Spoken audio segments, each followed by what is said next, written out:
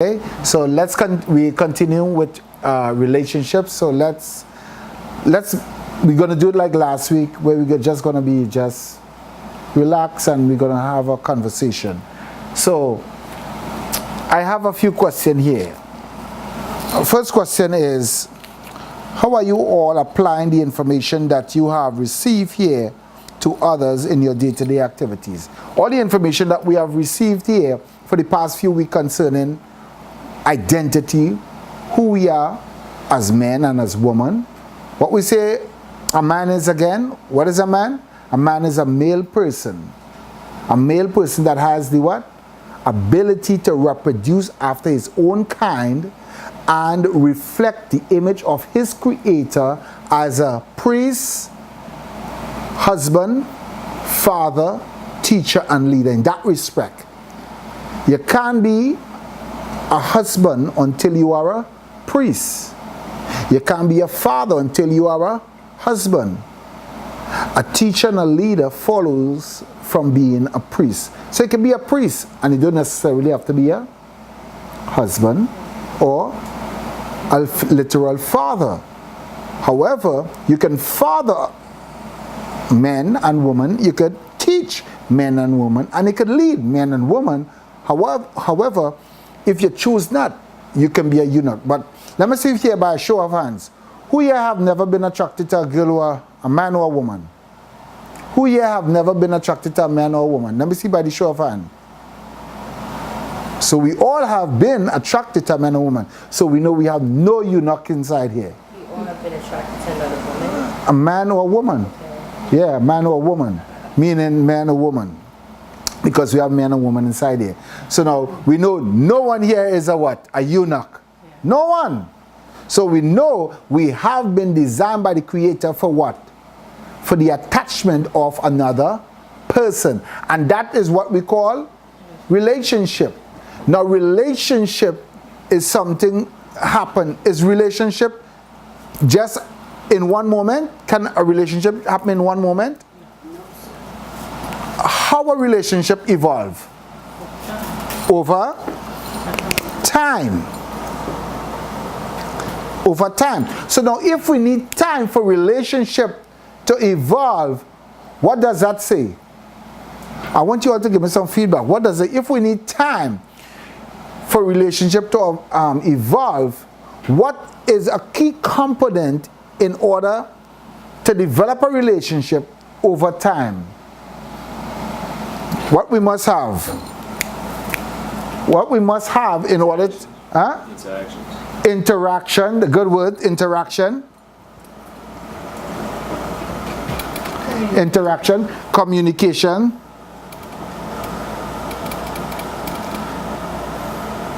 What else? Trust. Well, we could say, but trust is after time.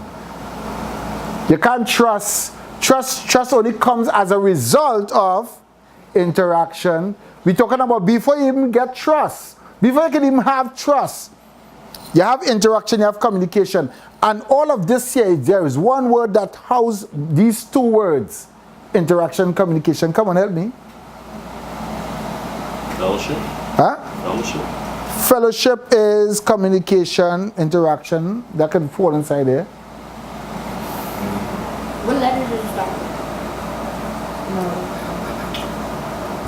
with? Knowledge. Knowledge. Without knowledge about anything, all your interaction is going to be what? Void. Void. That's right. All your interaction is going to be void. Knowledge is the key component in order to do what? To have what type of communication? Clear communication. Because if your knowledge about a thing has been fractured, what is going to happen to your communication? It's going to be fractured. If I say, okay, the gay boy was outside with the other lads having a good time. What am I saying? The gay boy was outside having a good time, a fun time with the other lads. He was a happy boy, that's what I was saying. Exactly. But now, because you all understand the context of gay within that statement. But if you ask most people in New York today, the gay boy, what are they going to think? Homosexual. A homosexual boy. Because that gay word is no longer used within the context of the meaning of the word as it points of origin.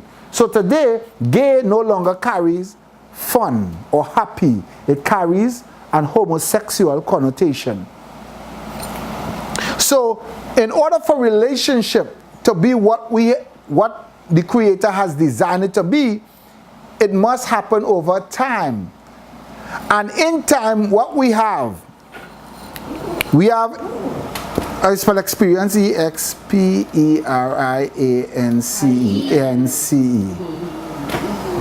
Yes. Experiences, right? Over time, you must have experiences. And with experiences, it only happen in what? In segments. In segments. And every segment in time will contribute to what? To trust. So, or lack of trust. You see, that is what I like you. So now if you look at this, we can look at this as a timeline. And this is going like this. This is the beginnings. And this here is Yeshua or Jesus. And this is the devil. Okay? And the devil or Jesus. This is me. And this is I. This is good. And this is bad. This is truth. And this is falsehood. So now, when you look at that, on this line here, this is time. And in this line here, we have 70 and we have 120. This is what? Your age. It is what is allotted up to mankind for his age on this earth? 70, which is 70 years. So from the point in time of your beginning, your responsibility is either to build a relationship here or a relationship here. And this relationship that is being built here, watch what is going on. This relationship that is being built here, whose responsibility it is? Exactly. So now, could Jesus Christ cause you to please him? Could the devil cause you to please him? Huh? Definitely no. Who causes either the devil or Christ to influence them? Only you. So now, if we bring that right to our daily lives relationship with your peers, with your brothers, your sisters, your mothers, your fathers, whose responsibility it is to build a relationship with their parent? Whose responsibility it is? Whose responsibility it is to build a relationship with their parents? That's my responsibility. Child. Exactly. It's the child's responsibility. But the child could only build a relationship with the parents based upon what? Knowledge or communication. Information. Because now, from knowledge, the information got to be what? Directed, streamlined. Because not all knowledge is necessary for what? Relationship building. The knowledge have to be particular towards who? You and that person. So how are your relationship being built or being cultivated with your peers, with your parents? How is it? How is it? How are your relationship with society, with people you don't even know? How are you putting these principles into action? In some predicaments, it could become easier to love those in society closer to your own family, because those are the ones you spend that period of time with out of the majority of the day. Because your parents go to work, you're at school, or you're on the street hanging out. You never see a parent until nighttime or in the morning when they feed it. So the information could be mixed. You gotta love your parents, because they're there, do what they gotta do for you, but who would you treat differently the most on a positive level? As far as giving them that quote unquote loyalty. I would say.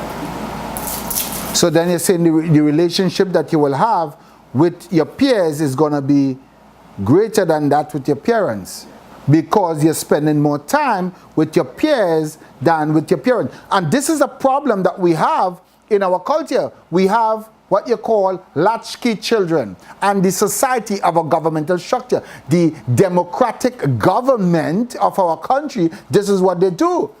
They create an environment where both parents have to be working, where children have to be left to be taken care of by the television, by government, by babysitters who are young just like you, who need a babysitter themselves, and who teaching you things what you ought not to know at that particular point in time in your years. So now your allegiance and your camaraderie and you pay all this sort of